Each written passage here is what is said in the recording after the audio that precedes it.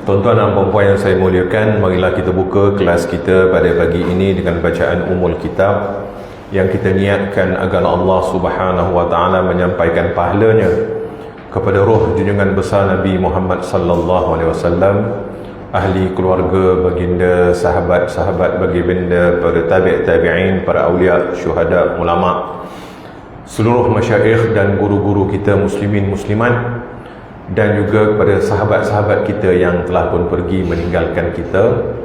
Syai'ulillahi lahumul Fatihah. A'udzu billahi minasyaitonir rajim.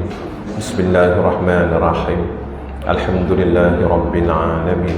Arrahmanir rahim. Maliki yaumiddin.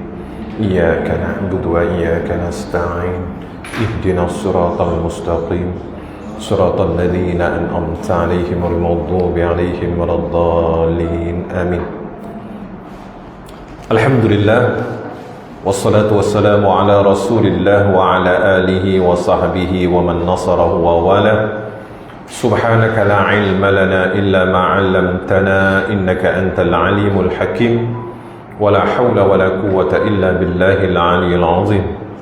اللهم صل على سيدنا محمد الفاتح لما أغلق والخاتم لما سبق ناصر الحق بالحق والهادي إلى صراطك المستقيم وعلى آله حق قدره ومقداره العظيم.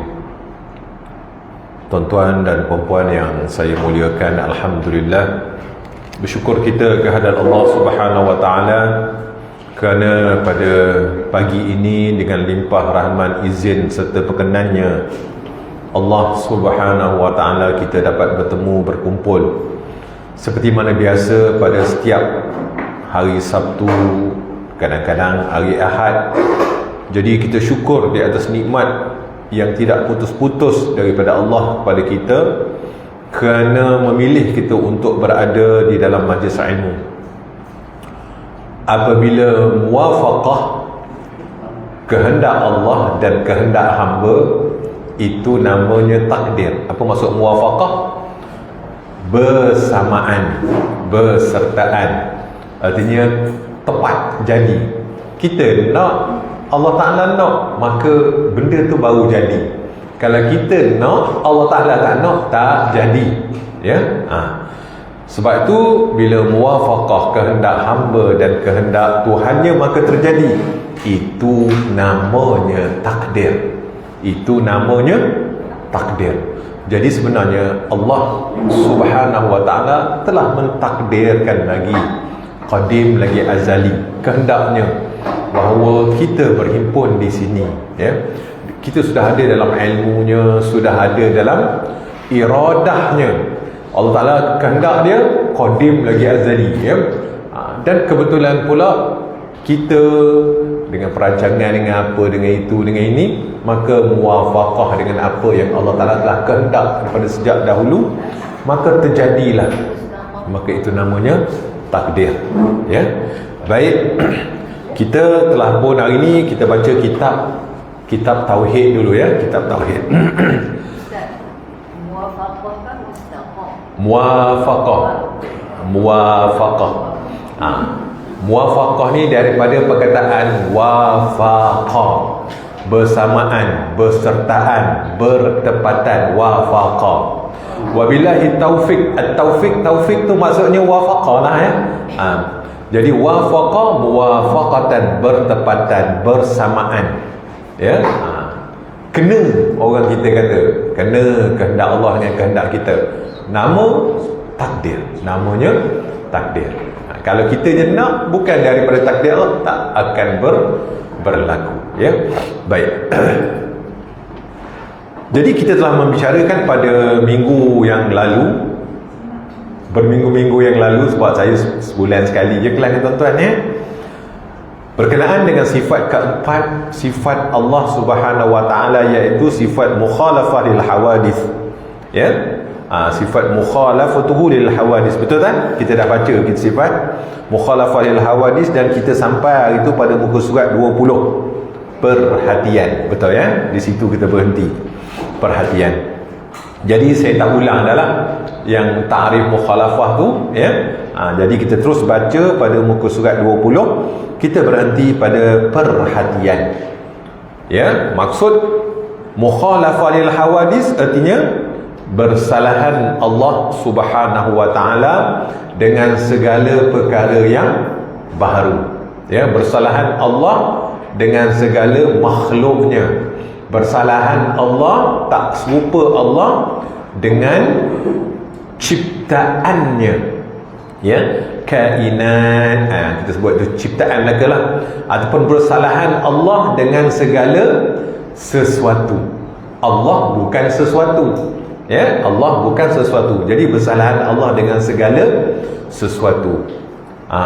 Sebab itu kalau tuan-tuan dan puan-puan masih ingat, ya, ada satu kata-kata yang mengatakan ma takhturu fi balik Allah bi khilafi zalik, ma tatafakkaru ataupun ma takhturu, apa saja yang kamu fikir, apa saja yang terlintas fi balik, dalam pemikiran kamu, dalam perasaan kamu, Allah bi khilafi zalik, Allah tidak serupa dengan apa yang kamu fikirkan, dengan apa yang kamu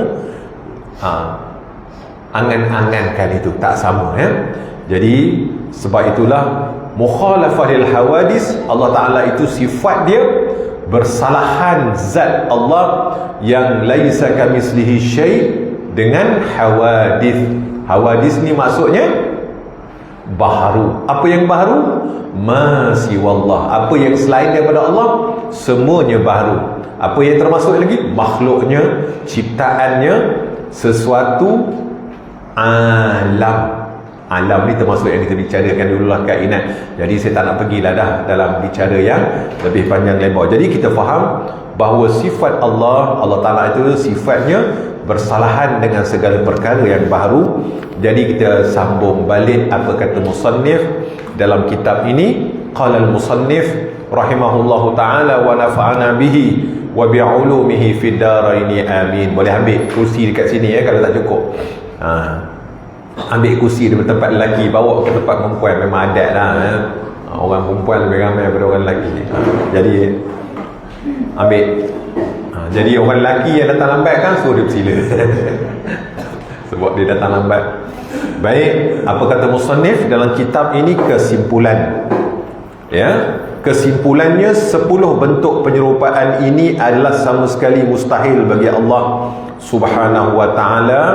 Berkata Imam Abu Ishaq Al-Ishfarayini rahimahullahu ta'ala, ada setengah kitab Ishfarayani, ada satu Ishfarayini, boleh belakalah, ya, bahawa ahlil haq, orang-orang yang memiliki i'tiqad yang benar. Ahlul haq ni adalah orang-orang yang memiliki i'tiqad yang benar. Siapa mereka? Ahlus sunnah wal jamaah, ya.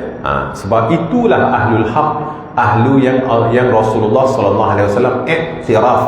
Ya, Rasulullah kata sataftariku ummati ila 73 firqah, akan berpecah umat aku kepada 73 puak, hanya satu puak yang selamat. Manhum, siapa mereka? Ahlu sunnah wal jamaah. Itulah ahlul haq, ahlil haq, ya. Maksudnya bahawa telah ahlil haq telah ijma' bahawa segala perbicaraan mengenai ilmu tauhid terkandung dalam 2 kepercayaan, iaitu, ya, setiap apa yang terbayang oleh kita ia merupakan kejadian baharu. Sebagaimana yang saya sebut awal tadi lah, kullu ma yakhturu fi balik Allah bi khilafi zalik. Setiap apa yang terlintas dalam pemikiran kamu, Allah menyalahi apa yang kamu fikirkan, ya. Begitu juga yang diijma'kan oleh alil haq. Pertama, setiap apa yang terbayang oleh kita ia merupakan kejadian baharu. Asa kita dapat bayang, dapat fikir, itu semua benda baharu.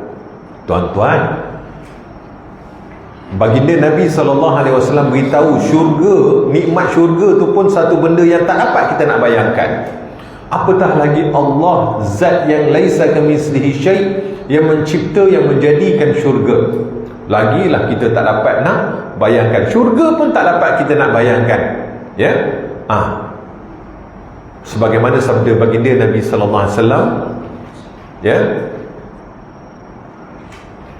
yang berkenaan dengan nikmat syurga,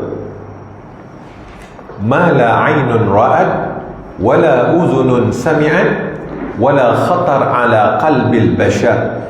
Ini hadis Nabi sallallahu alaihi wasallam, baginda Nabi sallallahu alaihi wasallam beritahu kita, ma la 'ainun ra'at, nikmat syurga ni tak pernah tengok oleh mata, ya, melainkan orang yang Allah Taala angkat dia pergi ke syurga. Rasulullah pernah tengoklah, ya. Sesiapa yang Allah Taala, Jibril tengoklah, ya. Mala ainun ra'at wala uzunun sami'at, tak pernah didengar oleh telinga. Kalau nikmatnya, bestnya, dah tak sampai lagi ke pendengaran telinga nikmat syurga tersebut. Wala khatar ala qalbil bashar, dan tak pernah terlintas pun dalam qalb, dalam hati, dalam perasaan manusia. Walaupun dia dapat rasa, dia dapat dah itu baru nikmat. Apakah lagi Allah Tuhan yang menciptakan syurga dan nikmat-nikmatnya. Langsunglah kita tidak dapat membayangkannya, ya. Kalau makhluknya yang hebat itu pun sudah tak dapat kita bayangkan, apatah lagi Allah yang maha hebat, lagi tak dapat nak kita bayangkan. Jadi sebab itu ijma' ulama ahlul haq, dah tahu ahlul haq tadi apa dia? Iaitulah mereka yang telah diijma'kan oleh para ulama bahawa mereka inilah orang yang disebut sebagai ulama ahlu sunnah wal jamaah, yang diiktiraf oleh baginda Nabi sallallahu alaihi wasallam. Baik, apa kata mereka? Setiap apa yang terbayang oleh kita ia merupakan kejadian baharu. Sebab selagi mana kita boleh bayang, selagi mana kita boleh fikir, selagi mana kita boleh khayal, itu semua kejadian baru. Sebab akal manusia ni, dia tidak akan dapat bayang benda yang tak pernah dia nampak. Mesti benda yang pernah kita lihat, pernah kita dengar, ada dalam knowledge kita, baru kita boleh bayangkan. Ada dalam pengetahuan kita baru boleh. Kalau benda tu tak pernah kita jumpa, akal kita tidak akan dapat untuk membayangkannya. Begitu juga dengan perasaan kita.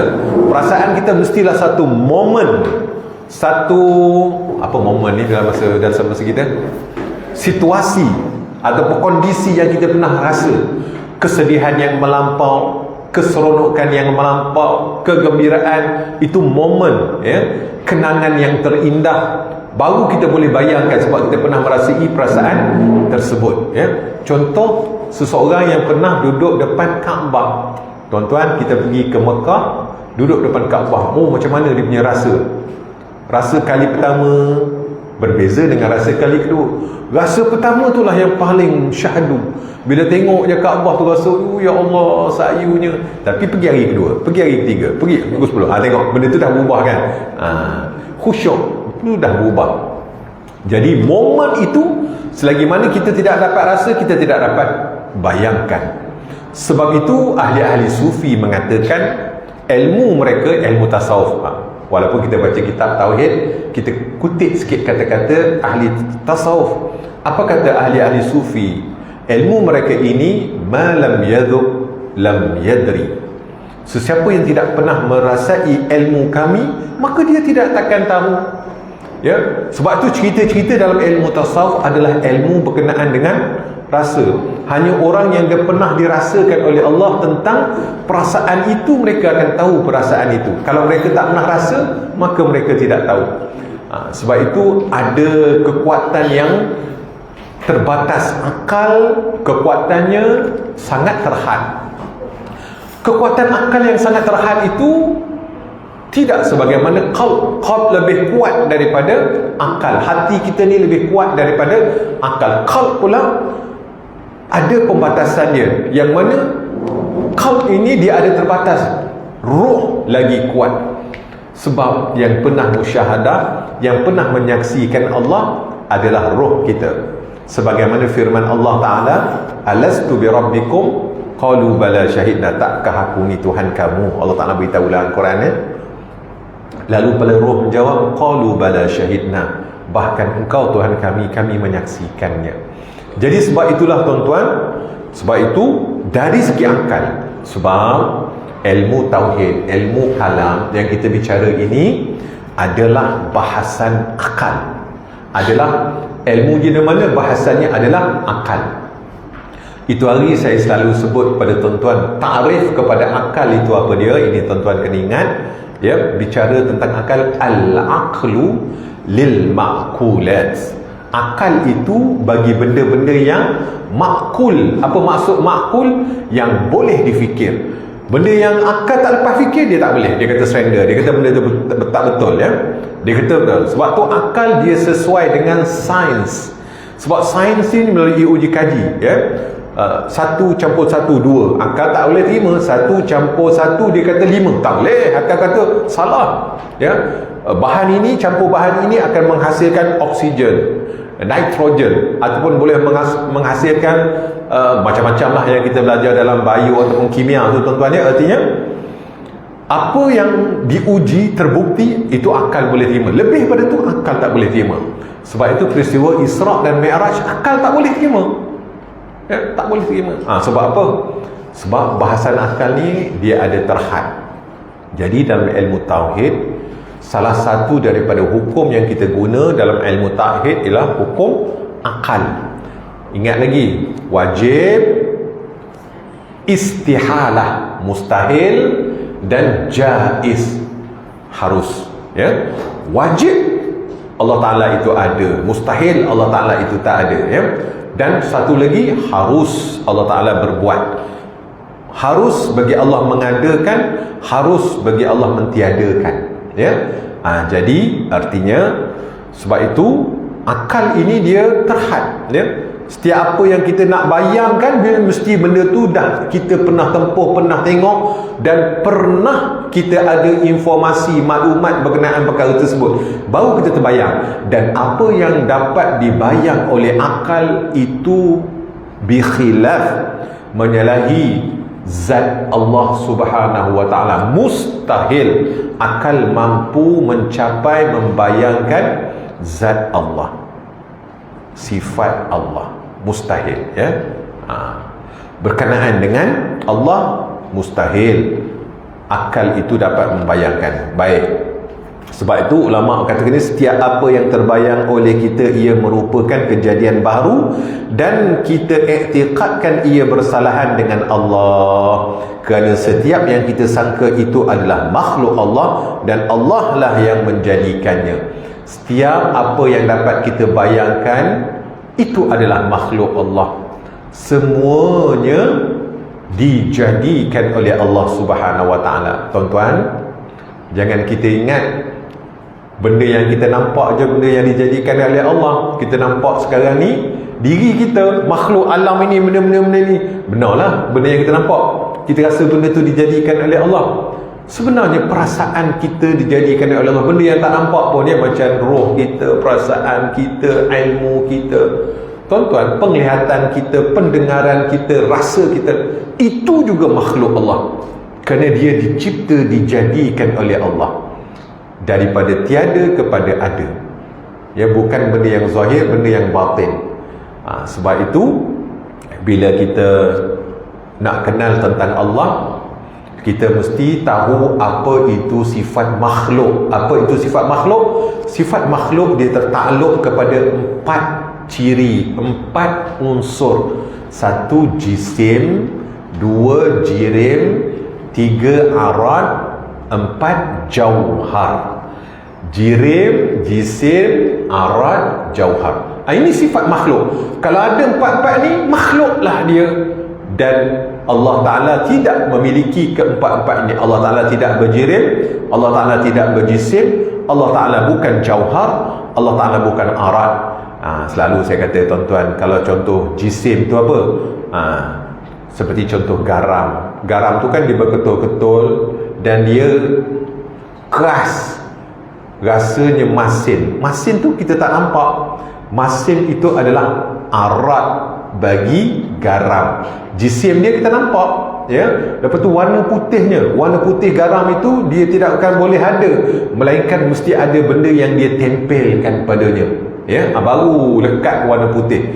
Warna-warna macam ni. Macam warna ni kalau tak ada dinding ni, macam mana nak lekat warna hijau, Begitulah juga dengan itu, nama dia arad.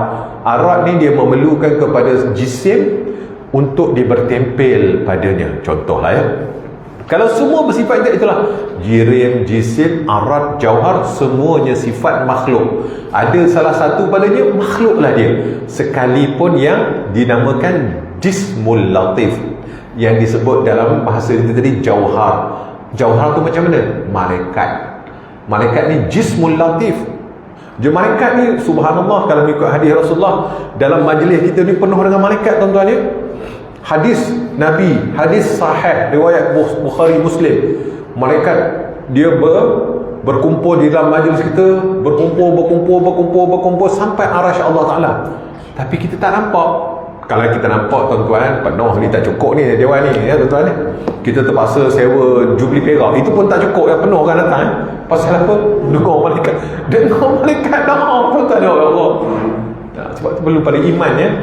Jadi artinya oleh kerana malaikat itu jismul latif, kita tak nampak. Kiri kanan kita pun kita tak nampak tuan-tuan ya. Sentiasa tak pernah berpisah dengan kita. Duk tulis apa kita buat. Ya. Malaikat maut berapa kali datang jenguk kita. Tak sampai lagi. Dekat dah dia kata. Tak sampai lagi masa. Dekat dah. Dia kata tak sampai lagi.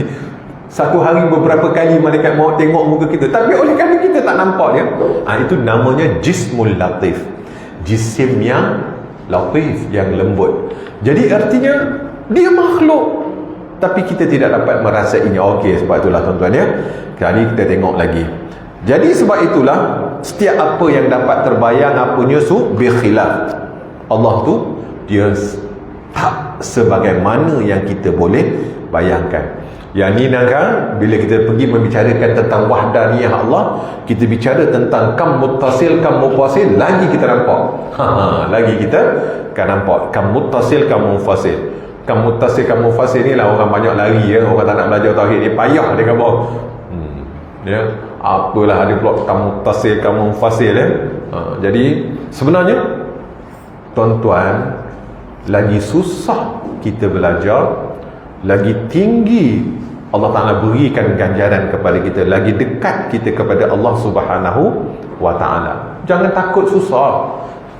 Memanglah pengajian tauhid ni adalah pengajian yang paling susah. Fiqh suka mudah ya, mudah nak faham. Tauhid payah nak faham, tapi dia adalah satu amalan yang paling tinggi di sisi Allah Subhanahu wa Ta'ala. Kerana tidak ada satu ilmu di atas alam ini yang lebih tinggi dibandingkan dengan ilmu tauhid.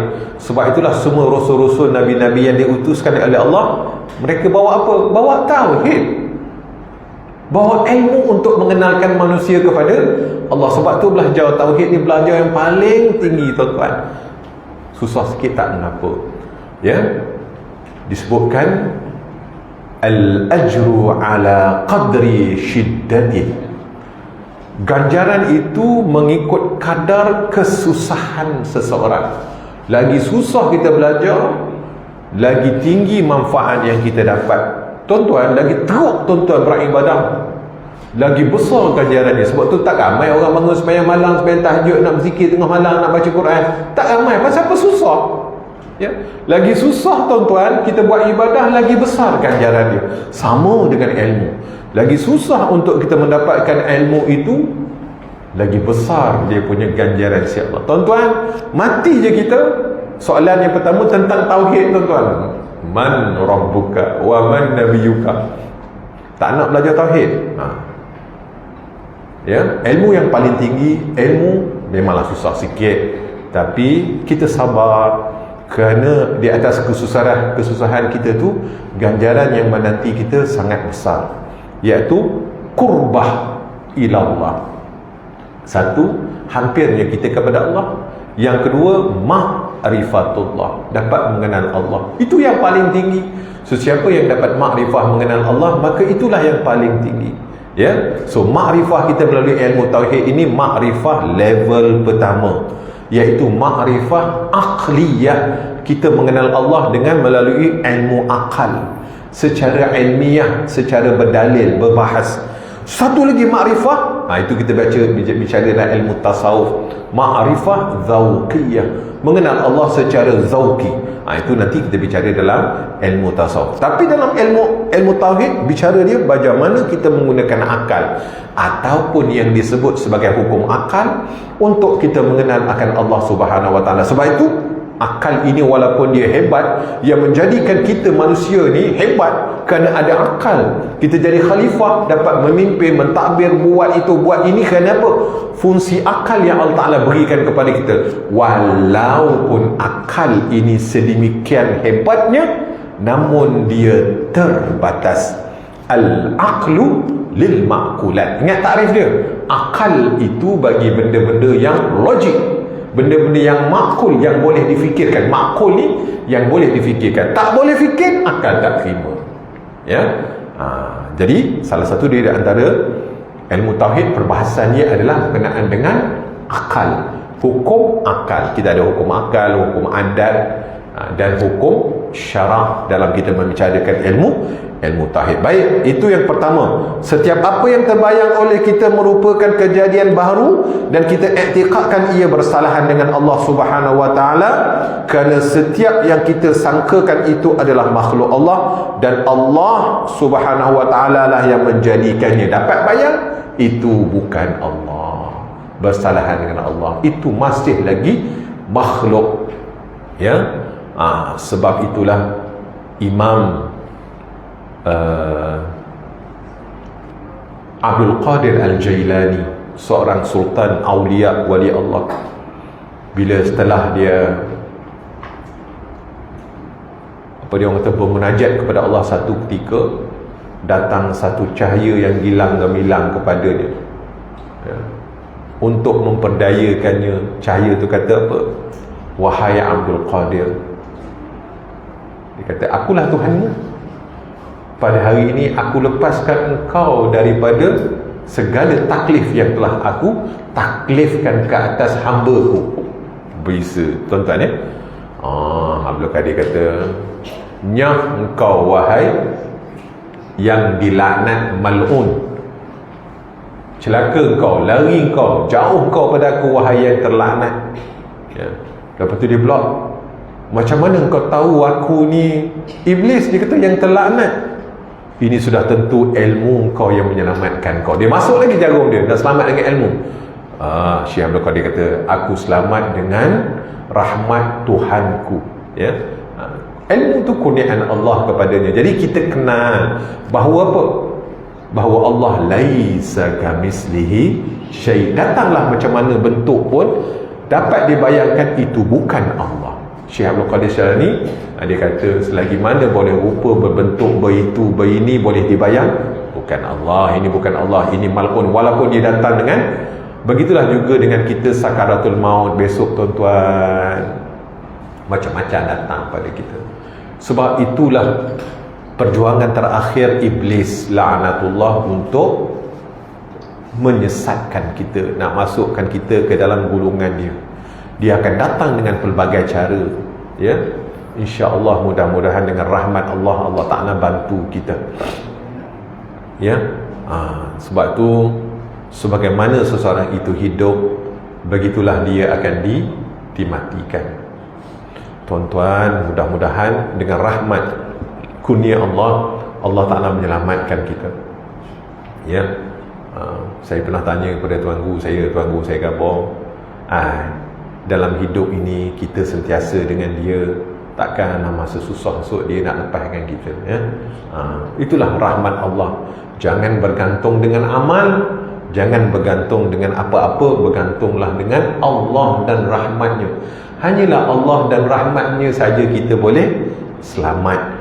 Dan di antara salah satu rahmat Allah yang terbesar itu adalah baginda Nabi sallallahu alaihi wasallam, wa ma arsalnaka illa rahmatan lil alamin. Orang yang banyak berselawat pada baginda Nabi sallallahu alaihi wasallam, inilah orang yang akan mudah untuk mendapat rahmatnya Allah Subhanahu wa taala, ya. Banyak selawat, jangan lupa pada baginda Nabi sallallahu alaihi wasallam. Artinya syafaat baginda Nabi sallallahu alaihi wasallam bukan saja dekat mahsyar. Masa sakaratul maut tu syafaat baginda dah hadir bersama kita. Dia dah datang membantu kepada umatnya yang selalu berselawat kepadanya. Begitu juga tuan-tuan masuk dalam kubur ya. Ada satu selawat tu di antara kelebihan dia, Rasulullah akan sambut jenazah dia dalam kubur ya. Sampai je Rasulullah sambut. Oh masya-Allah. Ini banyak dicerita dalam asar-asar kitab-kitab yang ditulis oleh ulama-ulama kita. Ya. Benda ni benda yang gaib ya. Kita perlu kepada keyakinan. Tapi ingat, yang benda yang paling penting adalah Allah dan rahmatnya. Sebab Rasulullah beritahu kita, kamu tidak akan masuk syurga dengan amal kamu. Begitu juga aku tidak masuk. Rasulullah kata, aku tak masuk syurga dengan amal aku. Kita masuk syurga dengan rahmatnya Allah. Sebab itu kenalilah Allah, cari Allah, kasihi Allah, kenali Allah. Dengan kita mengenalinya, kita akan mendapat rahmatnya ya. Dan rahmat Allah Subhanahu wa taala itu pintunya melalui baginda Nabi sallallahu alaihi wasallam. Baik, yang kedua, kita mengiktikadkan bahawa zat Allah Subhanahu wa taala itu berbeza daripada makhluk dalam segala sesuatu, dan Allah Subhanahu wa taala bersifat dengan segala sifat kamalat, kebesaran. Kita tahu bahawa Allah Subhanahu wa taala itu dia bersifat dengan sifat kamalat. Kamalat ni maksudnya kesempurnaan. Di sini tulis kebesaran ya. Maksudnya sempurna. Semua sifat-sifat yang sempurna, semuanya sifat Allah Subhanahu wa taala. Dan sudah tentulah sifat Allah itu berbeza dengan sifat makhluknya ya. Baik. So ini kalau nak tengok bicara ini di apa, rujuk kitab Aqidatun Najin fi Ilmi Usuluddin halaman yang ke-19. Tuan-tuan dah baca dah pun kitab Aqidatun Najin ni. Cuma berjumpa tak berjumpa, faham tak faham, wallahu a'lam ya. Memang jumpa tapi tak berapa nak dekat dah Ustaz. Tak apalah. Ya. So baik, di sini penulis kitab ni dia ada menceritakan, ayahanda kami menyimpulkan bahawa bentuk-bentuk penyerupaan boleh diringkaskan dengan memahami dua intipati berikut, iaitu okey, ini dua bentuk penyerupaan. Mentashbihkan kita Allah itu dengan sesuatu. Ingat, jangan sampai kita menyerupakan Allah itu ada diringkaskan dengan dua perkara. Pertama, Allah di luar sistem alam, misalnya jarak, masa, tempat, arah, jirim, ruang, jisim. Itu semua bukan Allah. Allah ya, dia tidak tertakluk dengan jarak, dia tidak tertakluk dengan masa, tempat, arah, jirim, ruang dan jisim. Sebab apa? Semuanya ini adalah makhluk. Maha suci Allah daripada memerlukan makhluk. Sekiranya Allah memerlukan makhluknya, dia memerlukan ruang, dia memerlukan masa, dia berjirim, dia berjisim, dia sama dengan makhluk dia. Dan dia lemah. Kerana apa? Sebab dia memerlukan sesuatu. Dia maha suci. Wallahu ghaniyun 'anil 'alamin. Itu Allah Ta'ala sendiri sebut dalam Al-Quran. Allah ghaniyun, maha kaya. Maha kaya itu maksudnya tidak memerlukan 'anil 'alamin, daripada alam ini, daripada apa yang diciptakan alam ini. Apa itu alam? Kita dah terjemahkan alam tu ya. Alam tu kita terjemah dari tu. Alam ni Allah tak perlu. Apa alam ni lah alam.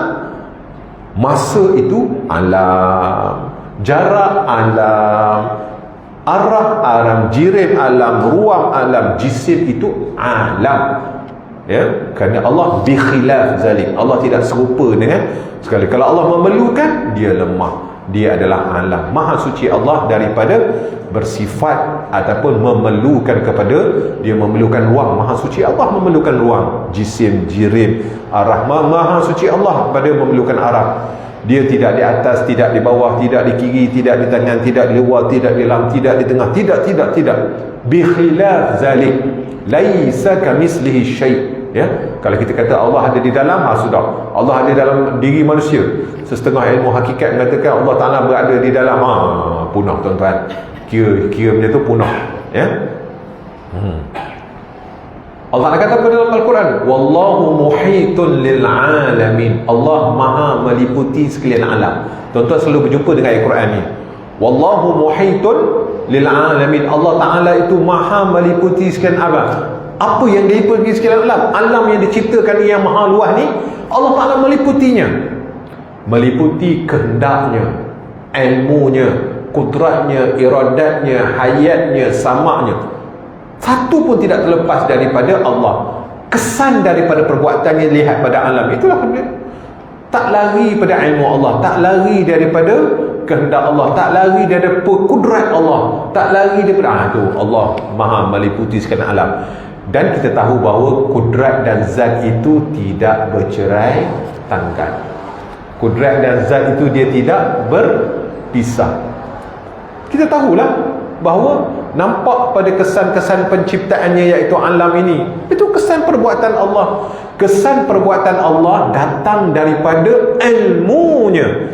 Allah Ta'ala nak menjadikan sesuatu itu sudah terbayang pada ilmunya, dan ilmunya itu muwafaqah, bertepatan dengan yang muwafaqah tadi, bertepatan dengan iradahnya.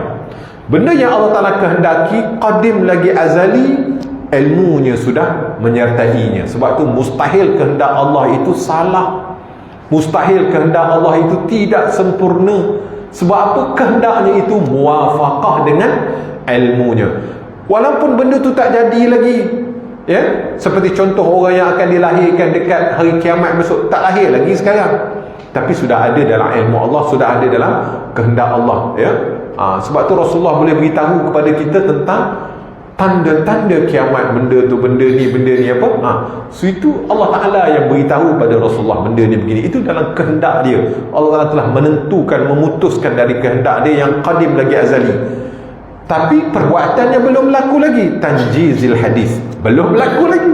Tanjizil qadim sudah berlaku. Tanjizil hadis ada belajar dulu kan?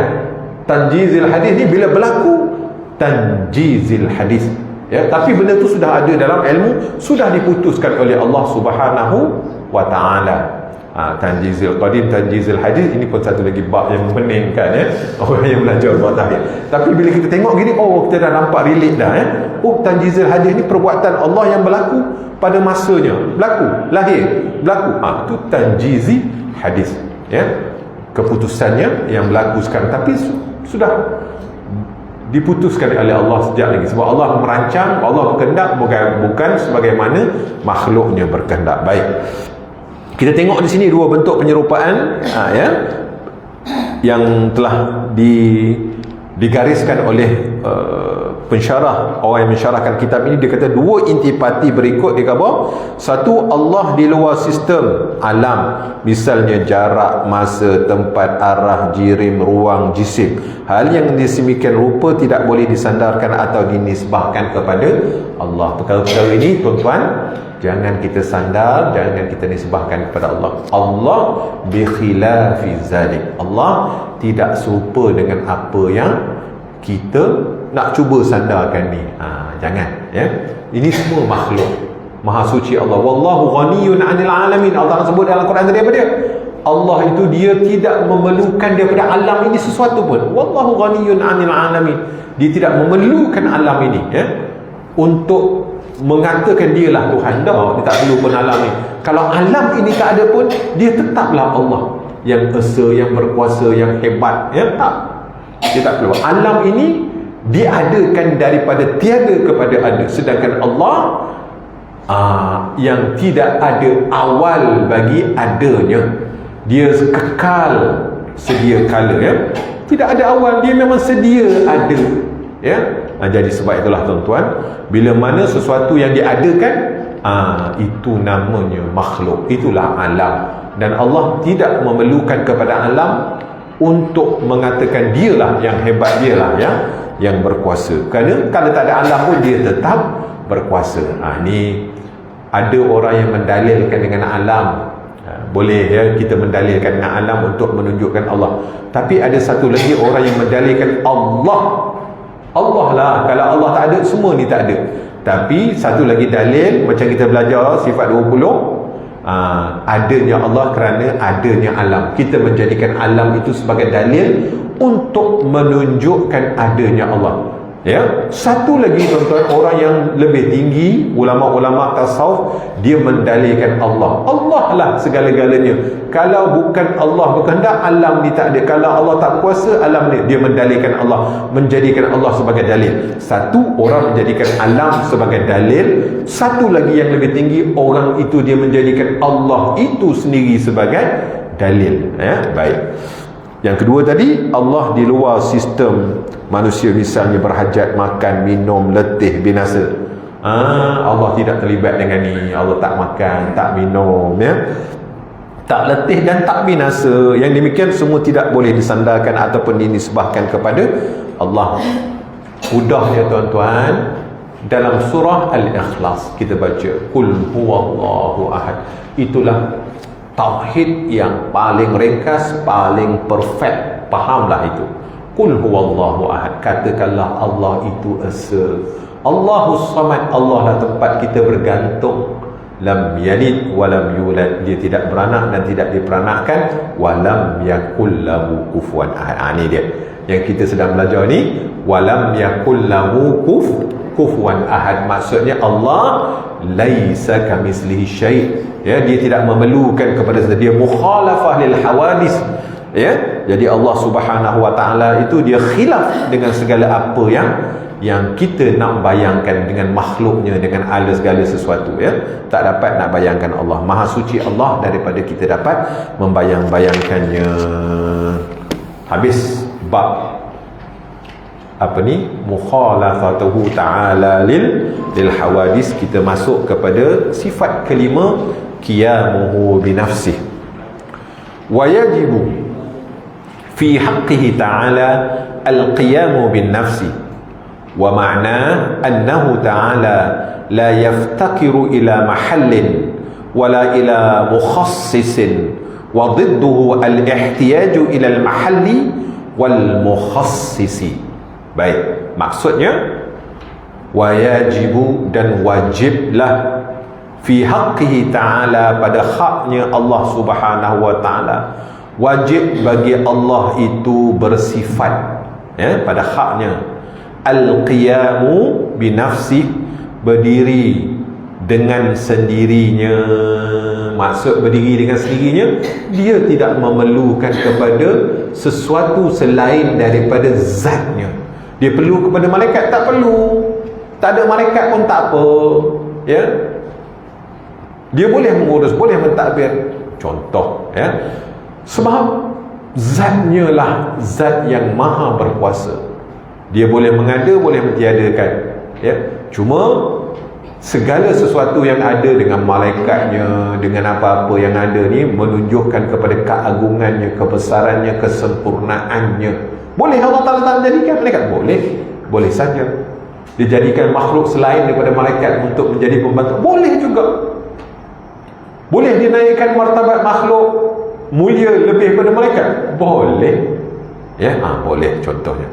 Jadi artinya di sini wajibu fi haqqihi ta'ala, wajib bagi hak Allah Ta'ala itu apa dia?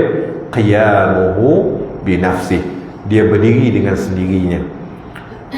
Wa maknanya, maksudnya annahu ta'ala, sesungguhnya Allah Subhanahu wa ta'ala itu la yaftaqiru ila mahallin, tidak berhajat kepada sandaran. Mahal ni tempat.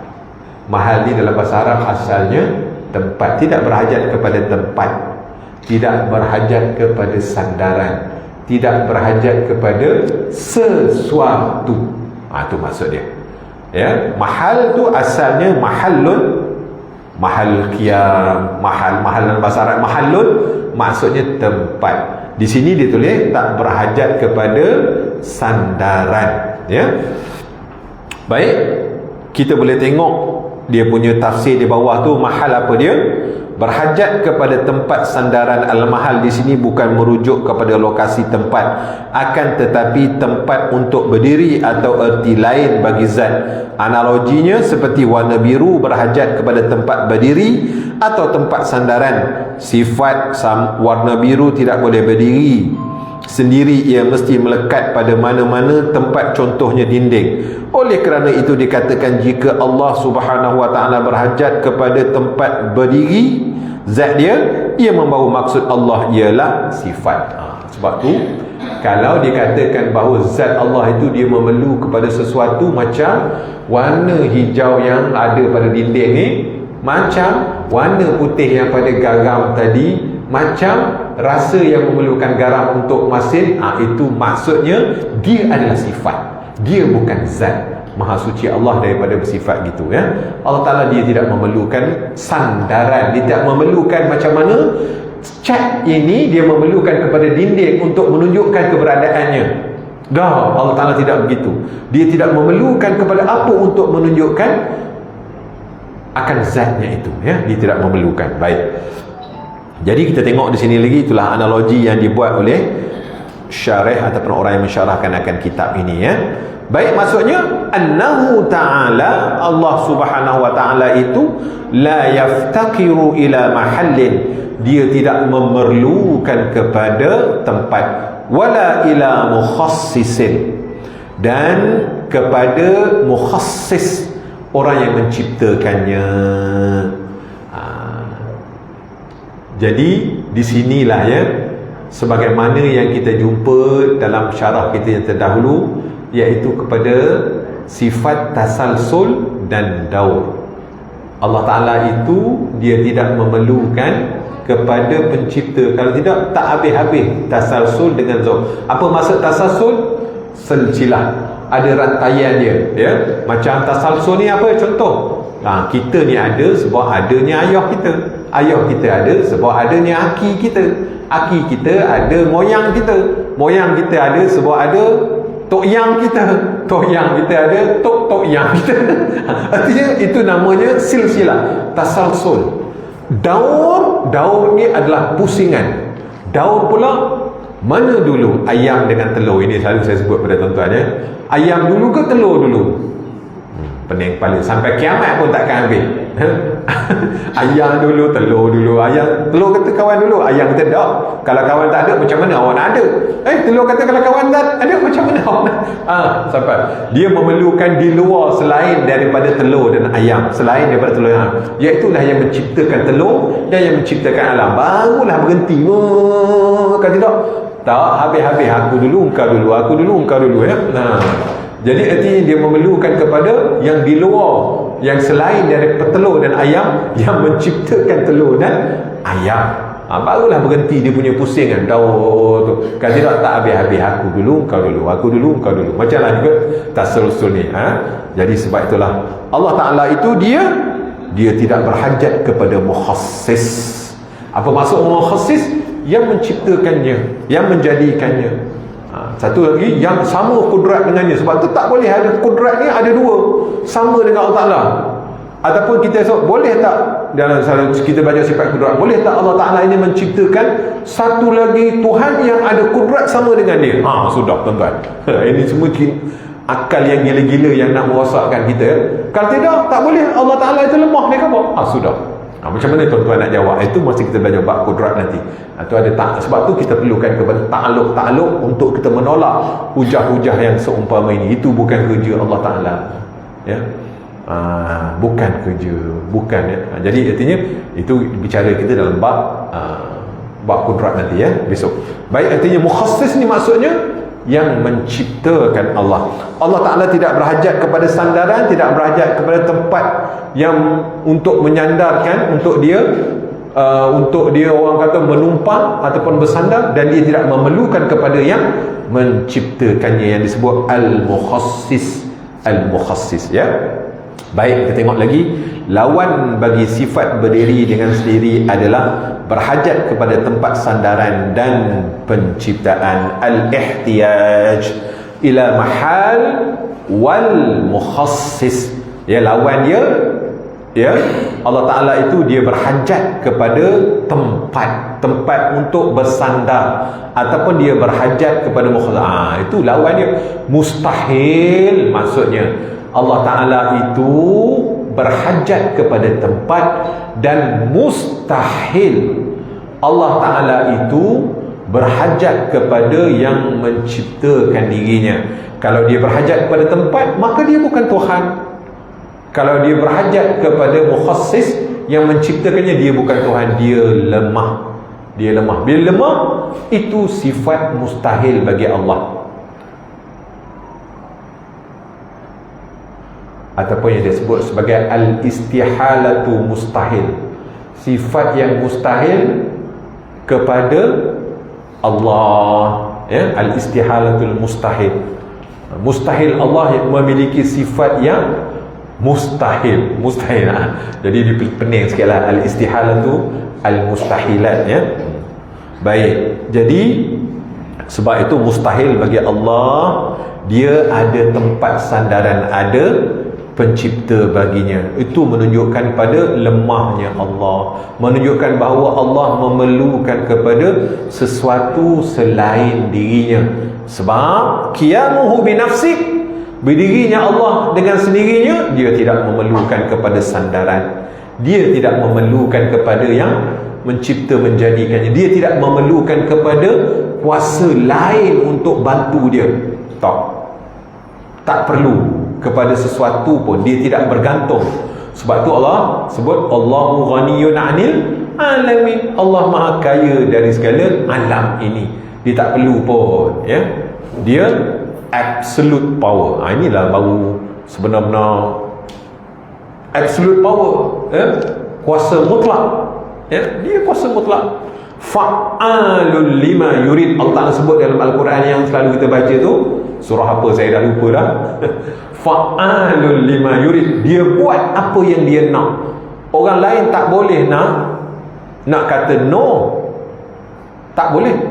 Dia buat apa yang dia nak. Itulah kehendak dia yang mutlak, ya. Itulah Allah yang Maha Agung. Bermula dalil atas demikian itu ialah sekiranya Allah Subhanahu wa taala berhajat kepada tempat sandaran, nescaya ia adalah sifat. Macam tadi, ya, perlu kepada satu untuk menunjukkan dirinya. Itu sifat namanya, ya. Sebab sifat dia tidak boleh berdiri dengan sendirinya. Sifat dia memerlukan kepada zat untuk menunjukkan keberadaannya, ya. Baik. Dan keadaan Allah Subhanahu wa taala sebagai sifat adalah mustahil. Itulah dia.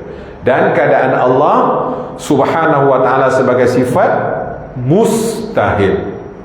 Baik.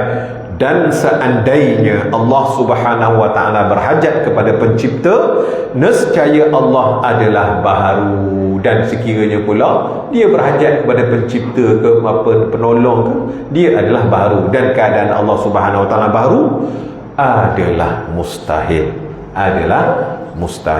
Jadi saya rasa yang bab qiyamuhu binafsih ni mudah, dan kita telah banyak bicara pada subjek kita yang telah sudah, ya, pada minggu-minggu yang sudah.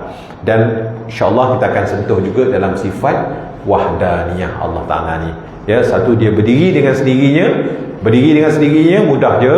Dia tidak perlu kepada mahal dan tidak perlu kepada mukhassis. Mahal ini maksudnya sandaran, tempat untuk dia bersandar, dia tak perlu. Dan dia tidak perlu kepada pencipta, ya. Dia tak perlu kepada pencipta. Baik. Jadi kita tengok apa ni? Yang kedua di bawah tu, yang 25 tu, ya, 24, 25. Yang 25 tadi kita tengok, sekiranya Allah Subhanahu wa taala berhajat kepada tempat sandaran, nescaya Allah Subhanahu wa taala adalah sifat.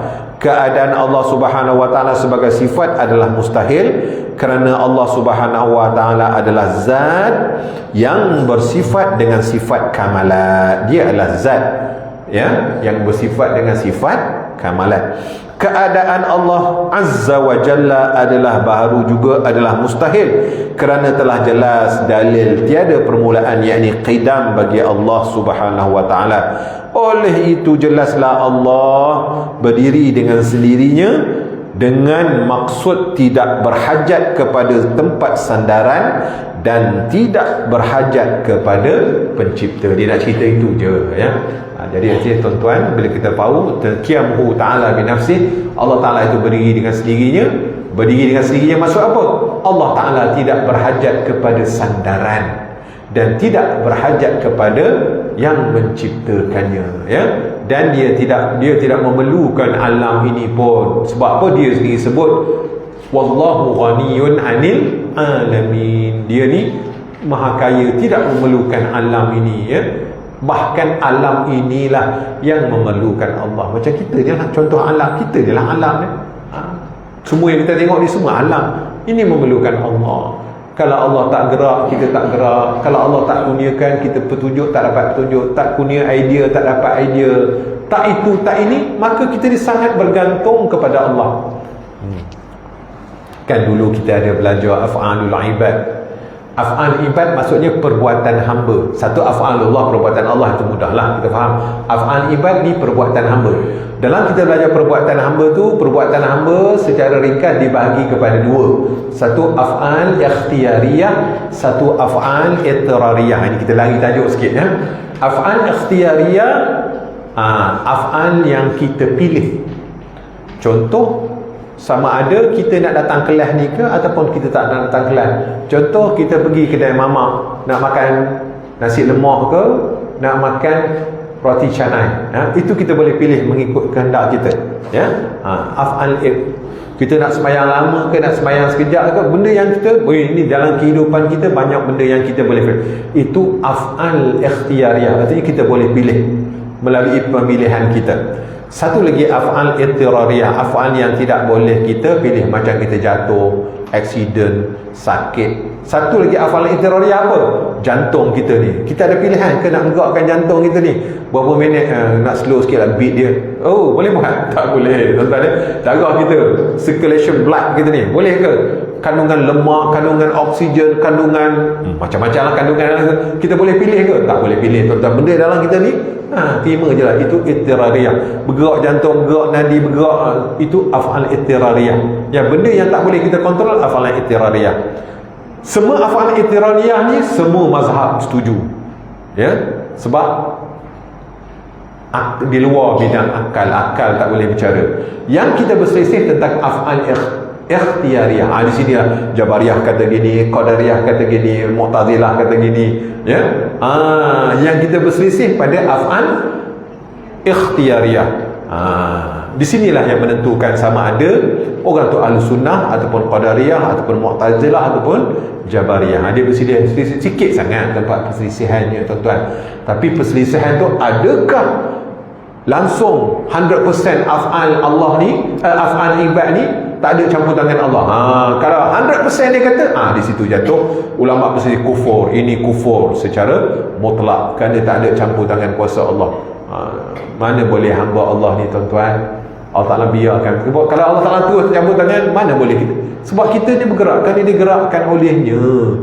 Kita ni asal tiada, tak ada. Tuan-tuan tahu benda tak ada, lalu dia adakan. Tiba-tiba benda yang dia adakan tu, dialah berkuasa, dialah itu, dialah gerak, dialah dengan sendirinya, tanpa kuasa Allah, tanpa kudrat Allah, tanpa iradat Allah. Mana boleh tuan-tuan. Walaupun kita ikhtiar, sebenarnya ikhtiar kita tu tidak lari daripada kehendak Allah, kudrat Allah. Itu juga termasuk wallahu muhitun 'anil alamin. Jangan tuan-tuan faham alam je. Allah Ta'ala maha meliputi sekalian, termasuk kita. Sebab itu Allah Ta'ala sebut wallahu khalaqakum wa ma ta'malun. Dalam Al-Quran Allah Ta'ala sebut Allah lah yang menciptakan kamu dan perbuatan kamu. Kita boleh terima kalau Allah Ta'ala cipta kita ya. Cipta perbuatan kita, payah kita nak terima. Sebab kita rasa kita lah berbuat, kita lah bercakap, kita lah melihat. Kita tak rasa kita bercakap ni kerana dicakapkan oleh Allah. Idea kita ni kerana diideakan oleh Allah. Kita melihat kerana dilihatkan oleh Allah. Kita mendengar kerana didengarkan oleh Allah. Kita datang kerana didatangkan oleh Allah. Kehendak dia, kudrat dia, iradat. Tapi kita tak, di sinilah perselisihan dia. Ada setengah orang kata 100% kita, Tuhan tak ada campur tangan. Qadariyah namanya. 100% Allah Ta'ala tak ada kita, Jabariyah namanya. Ahli Sunnah di antara Qadariyah dan Jabariyah. Kita berbuat, tapi perbuatan kita itu juga dengan kehendak dan kudrat dan iradat Allah Subhanahu wa Ta'ala. Barulah Ahli Sunnah wal Jamaah. Kita buat, awak sembahyang, ya sembahyang ya, tapi kita dikurniakan oleh Allah dapat solat ya. Macam tadilah, barulah kita nampak di situ ada peranan Allah, ada peranan makhluk. Kamu mutasil, kamu mufasil, nanti kita jumpa begitu juga. Kita selalu sebut kita nanam je, Allah Ta'ala yang menumbuhkan. Salah, terputus. Kita menanam, perbuatan kita, perbuatan menumbuh bukan Allah. Tak, start pada menanam cangkul tu perbuatan. Semua tu mana ada putus-putus. Allah Ta'ala dengan kita. Ini kita je menanam. Allah Ta'ala menunggu. Konon nampak tauhid lah ya. Tapi hati-hati dari segi etikad. Kalau kita rasa kita lah tadi terputus masa mencangkul apa semua, kita lah numbuh tu Allah lah. Memanglah yang mencangkul itu sebenarnya kurnia Allah. Kita dapat mencangkul ilham Allah. Tak nampak yang gerakkan kita buat cangkul tu kita declare kita lah yang menumbuh. Hak menumbuh tu nampak pokok tadi. Itu yang keluar idea tu. Dia sih bagus ke buat pokok tu. Pokok kemangi tu. Itu itu yang keluar. Ya. Kita selalu kata kita lah yang menanam, Allah Ta'ala yang menumbuhkan. Oh, dia rasa betul lah tu. Ya. Macam mana selalu orang kita kalau kita usaha kita belajar nak bagi balik kepada tu Allah punya kuasa. Ya, itu cakap dari segi adat boleh. Cakap segi adat boleh, tapi sebenarnya setiap perbuatan kita, apa yang kita buat tidak lepas daripada Allah. Dialah yang berkehendak, dialah yang bertakdir, sebab tu la haula wala quwwata illa billah. Tiada daya, tiada upaya melainkan dengan izin Allah. Tiada yang menggerak, tiada yang menaik, tiada yang menurunkan. Tak gerak. Dalam hadis sebut la tataharraku zarratun illa biiznillah. Tidak bergerak satu zarah melainkan dengan izin dan kehendaknya Allah. Betul tuan-tuan. Ya, kita dapat datang, kita dapat belajar, kan itu kurnia Allah, itu kehendak Allah juga pada kita kan. Tapi jangan lupa dia ada syariat, ada hakikat. Benda yang kita sebut tadi kita kena dapat beza. Ini hakikat. Semua tu hakikatnya Allah, tapi segi syariat segi syariatnya kita kena usaha, kena ikhtiar. Allah Ta'ala dah sebut dah, benda ni haram, kita jangan mesti jauhkan. Benda ni tak boleh, mesti belajar itu wajib belajar. Lepas tu kita menyalahkan pula belajar tu, kita belajar je, dapat tak dapat lah. Kita belajar pun tak sungguh-sungguh. Sekejap ada, sekejap tak ada. Lepas tu belajar pun antara tidur lebih banyak pada jaganya. Walaupun kalau sorry lah, tapi jauh lebih baik daripada orang yang tak datang kelas. Langsung tak nak belajar, jauh lebih baik tuan-tuan yang datang sini step berawal tadi tidur sampai dalam kelas ni habis. Contoh, tapi tak ada yang tidur sini, ini contohnya. Ini kita nak jawab pada soalan puan tadi. Artinya lah dia buat benda tu tak segona. Orang kata tak segona, orang faham kan? Lah orang kata alas badas gitu je. Artinya tak sungguh-sungguh nak cuba memahaminya, tak betul-betul faham lagi cara rujuk taknya, dah menyerah dah. Payah bab ni dia kata kamu tasir kamu fasih ni tak belajar pun tak aku, dia kata payah nak faham. Dia tak nak usaha lagi, dia dah menyerah dah. Contohnya dia tak nak belajar sungguh-sungguh lagi, tak nak cuba faham lagi. Dia kata serahlah kepada Allah. Itu jawapannya tak betul dari segi syariat. Sepertilah orang yang sakit tak nak berusaha jumpa doktor, tak nak makan obat. Lah Allah Ta'ala menyembuh orang tu. Dia meletakkan kesalahan tu kepada Allah. Usaha dan ikhtiar di mana? Lepas tu usaha dan ikhtiar tu dipersoalkan sejauh mana, 30% ke 20% ke 10% ke 100%. Ini baru 5% ni usaha dan ikhtiar baru datang, tidur banyak pada jaga. Dah kata dah serah pada Allah dah, ikutlah ke apa. Salahlah kita. Tak kenalah cara macam tu ya. Baik. Tapi semuanya segi hakikatnya tak lepas daripada Allah. Boleh faham jawapan tu. Okey, baik. Jadi di sini tadi kita baca lagi, keadaan Allah Subhanahu Wa Taala adalah baharu juga adalah mustahil, kerana telah jelas dalil tiada mustahil, tiada permulaan, yakni qidam bagi Allah. Oleh itu jelaslah Allah Taala berdiri dengan sendirinya dengan maksud tidak berhajat kepada tempat sandaran dan tidak berhajat kepada pencipta. Dua je dia nak cerita. Yang qiyamuhu bi nafsihi, tidak berhajat kepada sandaran dan tidak berhajat kepada penciptaan. Baik. Masuklah kita kepada sifat wahdaniyah. Cepat kita kali ni ya. Artinya kita boleh ambil 3 sifat wahdaniyah ni. Artinya insya-Allah kita cuba habis. Silap-silap tak sampai kepada bicara tentang menafikan 5 kaum, iaitu kaum muttasil dan kaum munfasil. Ini yang sangat ditunggu oleh tuan-tuan dan puan-puannya, bicara kaum muttasil, kaum munfasil kan. Ustaz, kita orang ni tak faham, keluar soalan kamu muttasil, kamu munfasil. Faham pun tak lagi, soalan dah keluar. Ayat yang saya dapat. Ingat soalan tajwid. Ma'arif, bukan ma'arif, apa ni? Mak jaiz muttasil. Mak jaiz munfasil. Ingat soalan tajwid. Rupanya soalan tauhid. Kami tak sempat faham lagi Ustaz, soalan dah keluar. Jadi menyalahkan lujnah perpesaan tafakuh fiddin kena salah. Ustaz Nafi dia tukang buat soalan. Tu guru tauhid. Baik ya.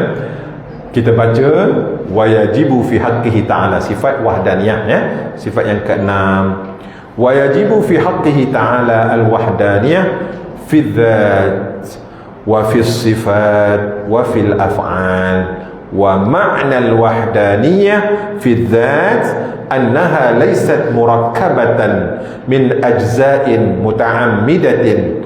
Wa ma'na al-wahdaniyati fi sifat أنه تعالى ليس له صفتان فأكثر من جنس واحد كقدرتين وهكذا وليس لغيره صفة تشابه صفته تعالى ومعنى الوحدانية في الأفعال أنه ليس لغيره فعل من الأفعال وضدها التعدد والدليل على ذلك أنه لو كان متعددا lam yujad syai'un min hadhil makhluqat.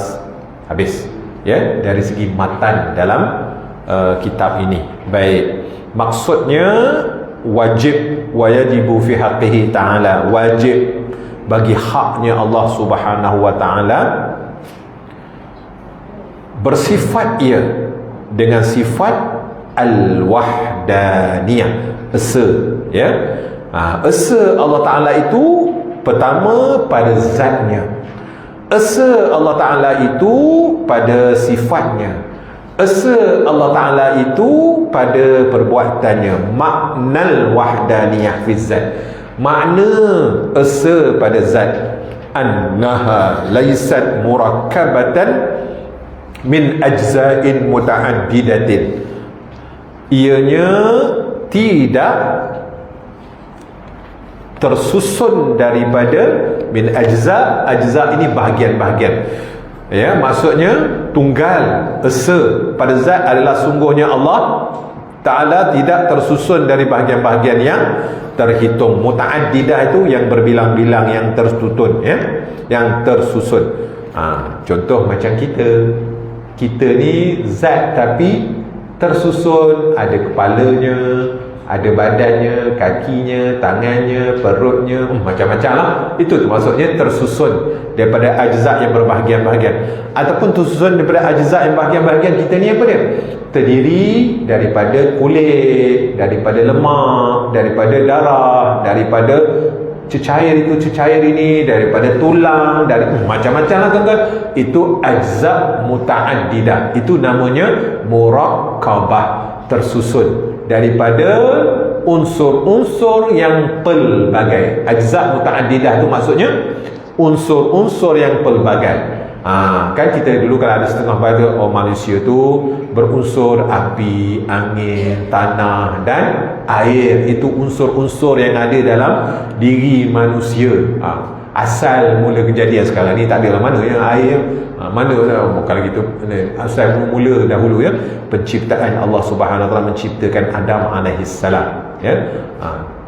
Sebab tu unsur kita kalau macam marah, sejuk, tenang, macam itu kalau kita kupaskan dia lain klien lah ya. Itu ajza muta'addidah, maksudnya unsur-unsur yang berbilang-bilang. Jadi bila tuan-tuan jumpa ajza muta'addidah lepas ni banyak jumpa ya. Ajza muta'addidah maksudnya unsur-unsur yang berulang-ulang, yang berbagai-bagai, yang berbilang-bilang. Muta'addidah itu yang disebut kam. Kam tu berapa? Muta'addidah tu ya, kam muttasil, kam munfasil tu ada unsur-unsur yang bersambung. Muttasil ada unsur-unsur yang bercerai. Ini muttasilah, munfasilah ni tahulah. Maj'ih muttasil, maj'ih munfasil. Tuan-tuan ingat, muttasil bersambung, munfasil jadi kam tu tuan-tuan tak berapa faham. Kam tu adalah unsur ataupun perkara-perkara ataupun ajza tadi al-muta'addidah. Itu maksud awal lagi dah terjemah kepada kam tadi ya. Kalau tak faham juga kan lepas ni tak tahulah ya. Baik. Wa ma'nal wahdaniyah fi sifat, makna esa pada sifat. Tadi pada zat.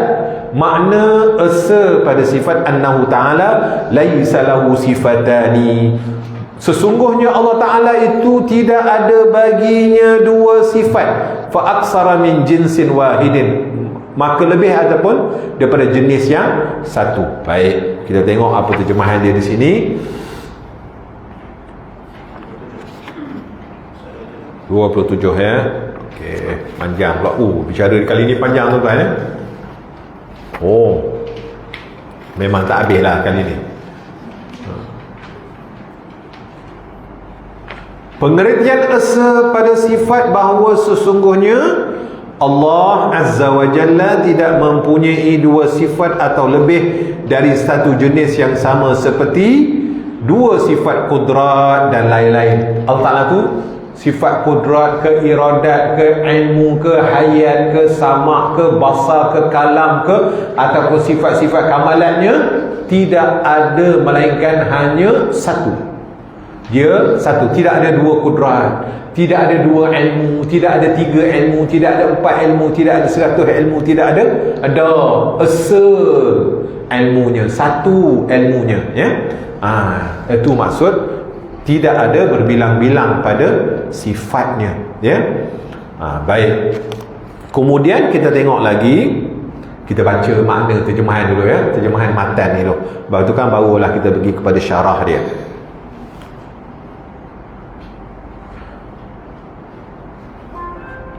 Annahu ta'ala laysa lahu sifatani fa aksar min jinsin wahidin ka qudrataini, seperti dua qudrat, wa hakaza wa laysa li ghairihi sifatun tushabihu sifatu ta'ala, dan demikian juga tidak ada baginya selain daripada Allah itu sifat yang menyamai sifatnya. Tak ada satu kudrat, satu kuasa yang macam kuasa Allah Ta'ala. Tak ada. Hanya Allah Ta'ala lah memiliki kudrat tersebut. Kudrat itu mutlak milik Allah, dan tak ada kuasa, tak ada Tuhan yang lain memiliki kudrat ataupun kuasa yang lain ada yang sama dengan Allah Ta'ala. Tak ada. Sebab itu wahdaniyah, sebab itu esa Allah Ta'ala itu pada sifatnya, kerana tak ada lagi orang lain yang ada sifat sebagaimana ya, sebagaimana sifatnya Allah Ta'ala itu, kuasanya Allah Ta'ala itu, melihatnya Allah Ta'ala itu ya. Makhluknya hebatlah macam mana. Kita kata siapa yang paling hebat? Jibril duduk dekat, contoh dekat Sidratul Muntaha, langit yang ketujuh, dia dapat tengok pada Rasulullah SAW yang ada di bumi. Berapa jauh tu tuan ya. Kita langit pertama pun kita, tapi Jibril duduk langit yang ketujuh, dia nampak dah. Wa kana kausaini au adna. Allah lupa lah saya Quran dulu ingat masa belajar dulu kan. Wa kana kaubai au adna, yang tu au adna tu artinya kita tentang malaikat Jibril, dia duduk dekat langit yang ketujuh tu, dia boleh lihat pada Rasulullah SAW. Dia hebatnya penglihatan Jibril. Tak payah Jibril lah tuan-tuan, kita tengok penglihatan burung elang mengikut kajian sains 70 kali ganda lebih kuat daripada penglihatan manusia. Sebab tu elang tu duduk di atas tu, dia nampak benda kecil je, cerah batu dia ambil. Macam bolang dia ambil ikan dekat laut tu lah, kita dekat laut tengok laut semua sama, tapi elang tu dia nampak dalam air tu, dia terjun boleh ambil. Hebat. Rupanya penglihatannya 70 kali ganda lebih tajam daripada penglihatan. Itu baru sama-sama kita makhluk. Allah Ta'ala tuan-tuan, itu segi penglihatan dah hebat sangat dah. Itu makhluk tuan-tuan dah hebat sangat dah, ada dia punya tanda-tanda. Allah Ta'ala penglihatannya laisa kamitsli syai', penglihatannya asa ya, penglihatannya. Kita dapat melihat, elang tak dapat melihat, Jibril dapat lihat, kerana diperlihatkan oleh Allah. Allah Ta'ala memiliki penglihatan yang absolut dia punya ya. Kuasa mutlak, kuasa melihat dia yang mutlak. Baik, jadi di sini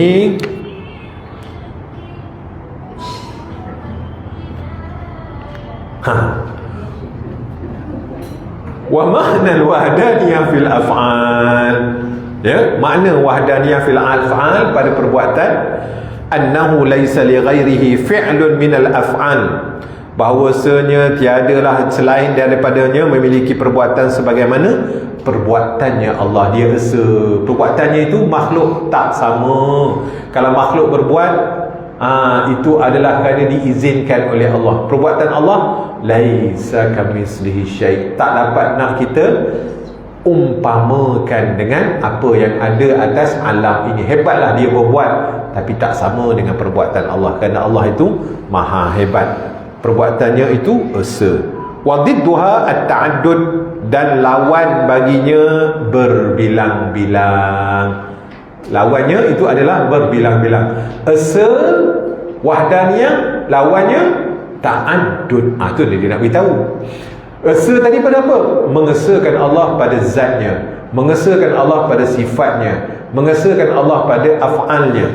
Lawannya ta'addud pada zat, ta'addud pada sifat, ta'addud pada af'al. Esa tunggal, ta'addud berbilang-bilang. Ya. Okey. Wad dalil ala dhalik annahu law kana muta'addidan, dan dalil atas yang demikian itu annahu, sekiranya Allah Ta'ala itu law kana muta'addidan, sekiranya dia berbilang-bilang, lam yujad syai'un min hadhil makhluqat, tidak akan ada sesuatu daripada makhluk ini. Maksudnya kalau Allah Ta'ala itu berbilang-bilang zatnya, ada lagi zat yang selain daripada Allah yang hebat tu, ya. Satu Tuhan kata dia nak buat gini, satu Tuhan kata dia nak buat macam ni. Memang jawapan dia tak jadilah. Dan kalau biasanya kalau ada dua kuasa ni mesti akan berkelahi. Orang Melayu pun kata tak boleh satu kapal dua nahkoda, ya. Satu kapal tu dua nahkoda. Memanglah seorang nak ke timur, seorang nak ke barat. Ada guna kapal tu agaknya. Begitulah juga alam ini, ya. Alam ini ibarat kapal tadilah, ya. Satu nak ciptakan matahari naik daripada timur tenggelam di barat, satu lagi dak dekat bawah. Kau nak naik daripada barat tenggelam di timur, jalan artinya berantakan semua. Tak, sebab itulah dikabur tidak akan ada makhluk, tak akan jadi benda. Itu sifat bagi satu benda yang ada dua yang mesti dia bercanggah, mesti dia bercanggah. Sebab tu kudrat tidak ada kudrat yang sebab itulah juga dengan kuasa. Sebab itulah kudrat Allah Ta'ala absolute, dia saja yang memiliki kudrat, yang lain tidak ada kudrat. Kudrat yang lain itu walaupun hebat dikudratkan oleh Allah, dijadikan oleh Allah padanya, itu diberikan oleh Allah. Sebab absolute kudrat hanyalah milik Allah, ya. Allah saja yang menentu, Allah saja yang berkehendak, ya. Allah saja yang berkuasa, yang lain tidak berkehendak, tidak berkuasa. Dia kehendak kerana dikehendakkan oleh Allah, dia berkuasa kerana diperkuasakan oleh Allah. Macam kita ni lah, tuan-tuan, melihat kerana diperlihatkan oleh Allah, ya. Setiap kita cuma bezalah makhluk ni. Ada yang dapat melihat 100%, 30%. Dah makin tua tu makinlah kurang persennya, ya. Muda tu cerah lagi, tak perlulah pakai spek, ya. Kuat tengok TV dia punya kuat tengok komputer, lagi cepatlah hilang dia punya kudrat penglihatan dia. Itu kelemahan yang ada pada manusia, ya. Lepas tu makan pula suplemen, dia jaga dia punya penglihatan dia. Itu usaha dan ikhtiar, tergantunglah juga kepada Allah, ya. Jadi usaha dan ikhtiar itu adalah jenis syariat. Rasulullah berobat, Rasulullah buat itu, Rasulullah berusaha berikhtiar. Kita kena ikut Rasulullah sallallahu alaihi wasallam. Baik. Kita baca apa yang diterjemahkan oleh musannif ni, dan selainnya tidak ada sifat menyamai sifat Allah. Pengertian esa pada perbuatan bahawasanya selain Allah Subhanahu wa taala tidak ada yang mempunyai kekuatan. Bahawasanya selain daripada Allah tidak ada yang mempunyai kekuatan untuk melakukan sesuatu perbuatan daripada pelbagai perbuatan. Lawan bagi sifat esa yakni tunggal adalah berbilang, ta'addud. Bermula dalil atas demikian itu, sesungguhnya Allah Subhanahu wa taala sekiranya dia berbilang, nescaya tidak wujud sesuatu pun dari makhluk ini. Sebagaimana yang saya beritahu tadi, ya. Nampak gayanya tak sempat juga. Kita nak pergi Kamus Tasir minggu depan lah, bulan depan lah kita pergi bicara pada Kamus Tasir. Saya tahu Kamus Tasir ni ramai peminat dia sebab dia payah faham, ya. InsyaAllah kali ni kita cuba fahamkan Kamus Tasir, ya. Saya mendapat permintaan ni, sebab itulah saya fokus sikit pada Kamus. Ini saya punya teaser. Tuan-tuan tahu teaser apa? Apa ni teaser? Teaser ni apa yang kita sebut dalam Melayu? Saya Gazette dulu sebelum masuk ni. So, kamu tasil benda kamu tasil, Jadi tuan-tuan balik baca, ya? Jadi esok bila saya syarah tu tak perlulah saya syarah beri sangat, sebab tuan-tuan dah faham. Itulah teaser dulu. So supaya esok kelas tauhid yang akan datang, panggil datang lagi, ya. Datang lagi ni teaser je tu aja. Kan salah pula menyebut kan. Ya. Untuk kam mutasil sebab ni banyak aduan yang saya terima tak faham lah ustaz. Mana ustaz buat soalan tak faham? Kita ni tak faham lagi kam mutasil dah keluar dalam macam-macam lah soalan kam mutasil ni saya dapat tuan-tuan. Jadi insya-Allah kali ni kita akan fokus pada kam munfasil, kam mutasil kam munfasil, kam munfasil. Kam ni kam munfasil. Tapi kita dah faham dah tadi ya tentang ta'addud dia bermula dari situlah ya, dan dia membicarakan tentang bab wahdaniyah. So saya kira kita dah sampai ke penghujung kelas kita pada hari ini sebagaimana yang dijanjikan oleh yang bahagia Tuan Haji Yasri kita untuk kita buat sedikit tahlil lah dan doa selamat kepada sahabat-sahabat kita yang ramai yang telah meninggalkan kita ya. Kelas Tafakur Fiddin ni kita ada 3,500 orang pelajar. Bukan kelas kita je ya, seluruh negeri Pahang dan juga di wilayah Persekutuan dan Putrajaya, Masjid Wilayah dan Masjid Putrajaya. Dalam rekod kami ada 3,500. Tak masuk yang pendaftaran baru ni. Kalau masuk pendaftaran baru ni ada 4,000 lebih. Itu yang lama. Sekarang ni kita buka lagi ada beberapa kelas ya. Ada hampir 4,000 orang lah. Dan mengikut rekod kami di Yayasan Pahang yang telah kembali ke rahmatullah ada dalam 50 orang lebih saya rasa ya, lebih 50 orang yang kembali ke rahmatullah. Bukan kelas kita je, kelas kita dalam 10 orang gaji tak? Ada 10 orang. Kelas kita ni ada 10 orang. Sahabat-sahabat kita semenjak kelas ni bermula pada tahun 2015, Mei 2015 hingga sekarang ada hampir 10 orang lah yang telah pun dipanggil menghadap Allah Subhanahu Wa Taala. Jadi saya rasa sebagai ingatan kita kepada mereka, walaupun dalam satu kitab menceritakan bila mana sahabat kita ni walaupun dia dah tak ada dengan kita, tapi oleh kerana dia mulazamah sok-sok hadir kelas ya, walaupun dia dah tak ada, pahala yang dia selalu buat dulu tetap juga dia dapat sebagaimana dia hidup dulu ya. Ini ada dia ceritakan dalam kitab. Itulah pentingnya tuan-tuan kita istiqamah, kita mulazamah dengan benda-benda yang baik. Contohnya belajar dalam kelas ni ya. So bila kita tak ada besok, tetap juga seolah-olah kita ada dalam kelas ni ya. Dan selagi mana berterusan kelas ini, insya-Allah mudah-mudahan mereka diganjarkan oleh Allah Subhanahu Wa Taala kerana mereka itu tertulis daripada orang-orang yang mengimarahkan majlis-majlis ilmu. Namanya sudah tercatat dan atas dasar kenangan kita kepada sahabat-sahabat kita lah, kita nak semoga Allah merahmati mereka, mengampuni mereka, memuliakan mereka, memberi sebaik-baik tempat kepada mereka atas ingatan kasih sayang itulah. Ya, mudah-mudahan dengan asbab kita buat tahlil, kita baca doa, itu sebenarnya permohonan harapan kita kepada Allah. Ya, munajat, tak ada cara lain lah, kita nak tunjuk kepada Allah bahawa ya Allah, inilah tanda ingatan kami, tanda pengharapan kami. Mudah-mudahan Engkau terima ya Allah, Kau muliakan sahabat-sahabat kami yang telah dahulu pergi. Kami juga akan pergi ya Allah ya, tapi kita belum sampai masanya lagi. Sabar ya. Kullu atin qaribin. Ini pepatah dalam bahasa Arab mengatakan setiap sesuatu yang mendatang itu hampir sifatnya. Kullu atin, setiap yang mendatang, qarib, sangat dekat.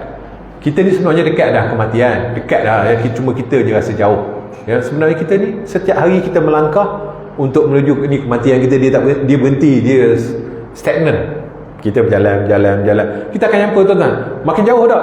Kita makin dekat. Sebetulnya kullu atin qarib, setiap yang mendatang itu hampir sifatnya. So kita juga akan pergi meninggalkan alam yang fana ini. Mudah-mudahan pada masa itu ada juga sahabat-sahabat kita yang masa ni ingat pada kita ya.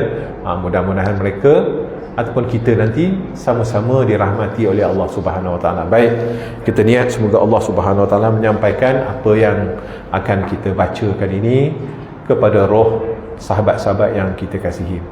إلى حضرة النبي محمد مصطفى رسول الله صلى الله عليه وسلم وكافة الأنبياء والمرسلين، وإلى أرواح أولياء الله الصالحين في مشارق الأرض ومغاربها، وإلى الأرواح العلماء العاملين والقراء وأئمة الحديث والمفسرين الصالحين وساداتنا صوفية المحققين، وإلى أرواح مشايخنا ومشايخهم، وإلى جميع المؤمنين والمؤمنات والمسلمين والمسلمات، وخصوصا إلى المرحوم إلى أصحابنا والمسلمين والمسلمات. شيء لله لهم الفاتحة.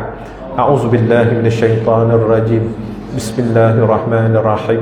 الحمد لله رب العالمين الرحمن الرحيم مالك يوم الدين إياك نعبد وإياك نستعين اهدنا الصراط المستقيم صراط الذين أنعمت عليهم غير المغضوب عليهم ولا الضالين آمين.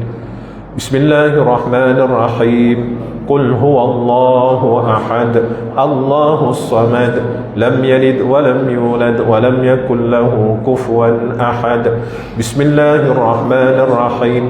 قل هو الله أحد الله الصمد لم يلد ولم يولد ولم يكن له كفوا أحد. بسم الله الرحمن الرحيم. قل هو الله أحد الله الصمد لم يلد ولم يولد ولم يكن له كفوا أحد. لا إله إلا الله والله أكبر. بسم الله الرحمن الرحيم. قل أعوذ برب الفلق من شر ما خلق ومن شر غاسق إذا وقب ومن شر النفاثات في العقد ومن شر حاسد إذا حسد. لا إله إلا الله والله أكبر. بسم الله الرحمن الرحيم. قل أعوذ برب الناس ملك الناس إله الناس من شر الوسواس الخناس الذي يوسوس في صدور الناس من الجنة والناس. لا إله إلا الله والله أكبر. بسم الله الرحمن الرحيم. الحمد لله رب العالمين الرحمن الرحيم مالك يوم الدين إياك نعبد وإياك نستعين اهدنا الصراط المستقيم صراط الذين أنعمت عليهم غير المغضوب عليهم ولا الضالين آمين. بسم الله الرحمن الرحيم. ألف لام ميم. ذلك الكتاب لا ريب فيه هدى للمتقين الذين يؤمنون بالغيب ويقيمون الصلاة ومما رزقناهم ينفقون والذين يؤمنون بما أنزل إليك وما أنزل من قبلك وبالآخرة هم يوقنون أولئك على هدى من ربهم وأولئك هم المفلحون. وإلهكم إله واحد لا إله إلا هو الرحمن الرحيم الله لا إله إلا هو الحي القيوم لا تأخذه سنة ولا نوم له ما في السماوات وما في الأرض من ذا الذي يشفع عنده إلا بإذنه يعلم ما بين أيديهم وما خلفهم ولا يحيطون بشيء من علمه إلا بما شاء وسع كرسيه السماوات والأرض ولا يؤوده حفظهما وهو العلي العظيم. أستغفر الله العظيم أستغفر الله العظيم أستغفر الله العظيم. أفضل ذكر فاعلم أنه لا إله إلا الله لا إله إلا الله لا إله إلا الله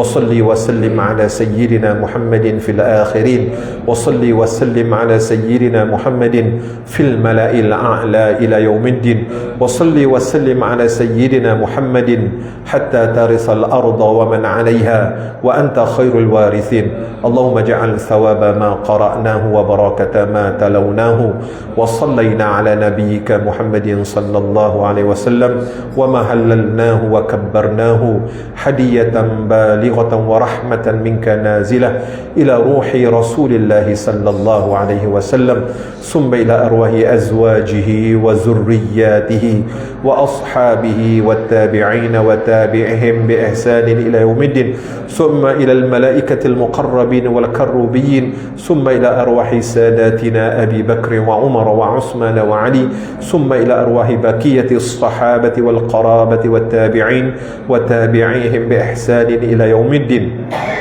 ثم إلى أرواح أولياء الله الصالحين في مشارق الأرض ومغاربها وإلى الأرواح العلماء العاملين والقراء وأئمة الحديث والمفسرين الصالحين وساداتنا صوفية المحققين وإلى أرواح مشايخنا ومشايخهم وإلى أرواح جميع المؤمنين والمؤمنات والمسلمين والمسلمات الأحياء منهم والأموات وخصوصا إلى أرواح أصحابنا السابقين إلى ربهم اللهم اغفر لهم وارحمهم وعافهم واعف عنهم اللهم اغفر لهم وارحمهم وعافهم واعف عنهم اللهم اغفر لهم وارحمهم وعافهم واعف عنهم وأكرم نزولهم ووسع مدخلهم وغسلهم بالماء الثلج والبرد ونقهم من الخطايا كما ينقى الثوب أبيض من الدنس وأبدلهم دارا خيرا من دارهم وأهلا خيرا من أهلهم وزوجا خيرا من زوجهم وأعزهم من عذاب القبر وفتنته ومن عذاب النار اللهم انقلهم من ضيق القبر إلى روضة من رياض الجنة ولا تجعل قبرهم حفرة من حفر النيران اللهم اجعل جمعنا هذا جمعا مرحوما وتفرقنا من بعده تفرقا معصوما ولا تجعل اللهم فينا ولا معنا ولا من يتبعنا شقيا ولا مطرودا ولا محروما حبلنا مسيئنا لمحسننا ومقصرنا لعاملنا وحبلنا كل لساعة جودك وإحسانك يا ذا الجود والإحسان والفضل بوجهك الكريم يا رب العالمين ولا تحيينا اللهم في غفلة ولا تأخذنا على غرة واجعل آخر كلامنا واعتقادنا عند انتهاء آجالنا قول لا إله إلا الله محمد رسول الله اللهم أحينا عليها يا حي وأمتنا عليها يا مميت وبعثنا عليها يا باعث وجعلنا من خواص أهلها وانفعنا وارفعنا بها يوم لا ينفع مال ولا بنون إلا من أتى الله بقلب سليم اللهم تب علينا قبل الموت وارحمنا عند الموت ولا تعذبنا بعد الموت يا خالق الموت يا سامع الصوت احفظنا من الآفات والآحاد والعقوبة برحمتك يا أرحم الراحمين اللهم اختم لنا بأحسن الخاتمة ولا تختم علينا بسوء الخاتمة اللهم اختم لنا بحسن الخاتمة ولا تختم علينا بسوء الخاتمة اللهم اختم لنا بحسن الخاتمة ولا تختم علينا بسوء الخاتمة اللهم إنا نسألك حبك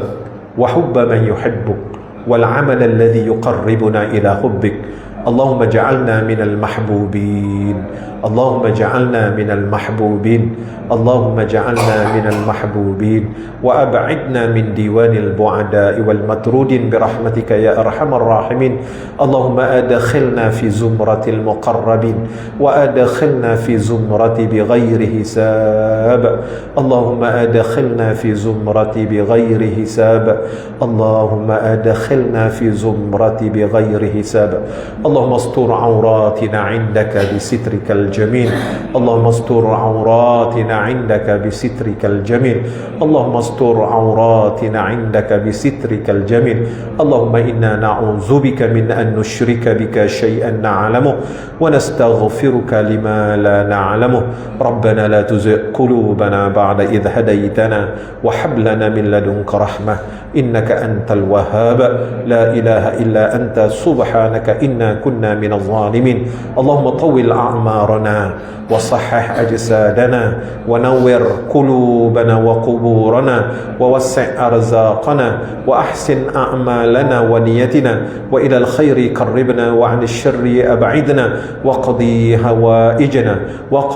هوائجنا في الدين والدنيا والآخرة إنك على كل شيء قدير ربنا آتنا من لدنك رحمة وهيئ لنا من أمرنا رشدا ربنا آتنا في الدنيا حسنة وفي الآخرة حسنة وقنا عذاب النار وقنا عذاب القبور وقنا عذاب المحشر وصلى الله على خير خلقه سيدنا ومولانا محمد وعلى آله وصحبه وبارك وسلم والحمد لله رب العالمين تقبل الله منكم. InsyaAllah kita sambung ke kita lepas ni.